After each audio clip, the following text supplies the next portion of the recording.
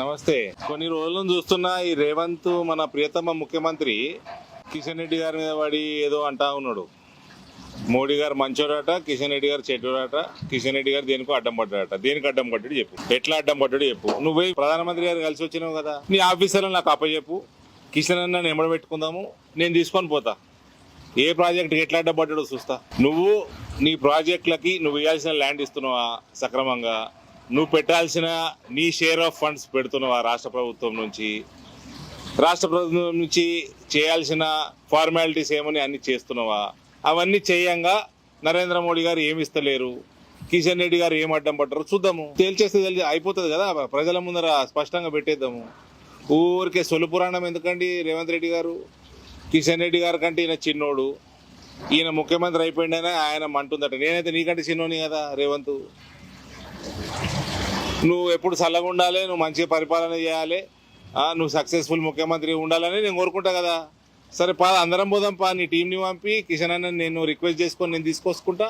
పోయి మోదీ గారి దగ్గర, ఈ దేశంలో ఏ రాష్ట్రానికి కూడా నరేంద్ర మోడీ ఎక్కువ చేయడు తక్కువ చేయడు, ప్రపోర్షనేట్గా అన్ని దేశమంతా ఒకటే తీరు చూస్తాడు ఆయన. రొటీన్గా అయ్యే ప్రాజెక్టులు, రీజనల్ రింగ్ రోడ్ కానీ, నువ్వు మూసీ ప్రక్షాళన అంటున్నావు కదా, నీ డిపిఆర్ వ్యవహారము నువ్వు ఏ రకంగా చేద్దాం అనుకుంటున్నావు, అవన్నీ డీటెయిల్స్ అని నీ ఆఫీసర్లు అప్పచెప్పు.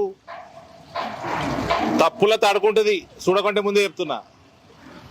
పనికి మళ్ళీ రాజకీయం చేసుడు, సొలు పురాణం రాజకీయం చేసుడు, ఇవన్నీ చేసుకుంటా ప్రజల్ని మభ్యపెట్టుడు తప్ప ఏమీ లేదు. నువ్వు చేసిన వాగ్దానాలు ఏమైనాయి, దానికి డబ్బులు లేవు, అది ముందుకు పోతలేవు, ప్రజలు తిడుతున్నారు, కాంగ్రెస్కి వ్యతిరేకం తయారవుతున్నారు. తెలంగాణ మొత్తంలో మహిళలందరూ కాంగ్రెస్ వాళ్ళు వస్తే చీపుర్లు పట్టుకొని సిద్ధంగా ఉన్నారు ఊళ్ళల్లో. పెన్షన్ ఇవ్వకపోతేవి, పెంచకపోతేవి, 2,500 ఇవ్వకపోతేవి, తులం బంగారం ఇవ్వకపోతేవి, రైతులకు ఇవ్వకపోతేవి, నిరుద్యోగులకు ఇవ్వకపోతేవి, ఎన్ఆర్ఐలకు ఇవ్వకపోతేవి. నువ్వు చేసిన వాగ్దానాలన్నీ వీగినాయి, అవేం మాట్లాడతలేవు. కానీ ఊరికే సొల్లు రాజకీయం చేస్తూ ఉన్నాడు. క్లియర్గా స్పష్టంగా చెప్తున్నా, నీకు ఎక్కడ ప్రాజెక్టులు ఆగినాయి, ఏ ప్రాజెక్టులు ఆగినాయి, నీ ఆఫీసర్లు అప్పచెప్పు. నువ్వు పోయి ప్రధానమంత్రి గారు కలిసి వచ్చి నీ ఫార్మాలిటీ చేసుకుంటావు, సంతోషం. నీ ఆఫీసర్లను అప్పచెప్పు, కిషన్ రెడ్డి గారిని నేను తీసుకుంటా, నేను కోఆర్డినేట్ చేస్తా, పోయి తెచ్చుకుందాము. 40 ఏళ్ళ తర్వాత ఒక జాతీయ బోర్డు స్థాపించడంలో నేను కీ రోల్ ప్లే చేసిన. రొటీన్ డెవలప్మెంట్ వర్క్స్కి పెద్ద పనే. ఇవన్నీ సొలు పురాణాలు బంద్ చేసి కరెక్ట్గా నీ టీంని అప్పచెప్పు, చూస్తా. తెలంగాణకి ఏం అన్యాయం జరగదు మోదీ గారి పాలన. తెలంగాణ నీదెంతనో దానికంటే ఎక్క నరేంద్ర మోడీ గారిది. భారత్ మాతాకి జై.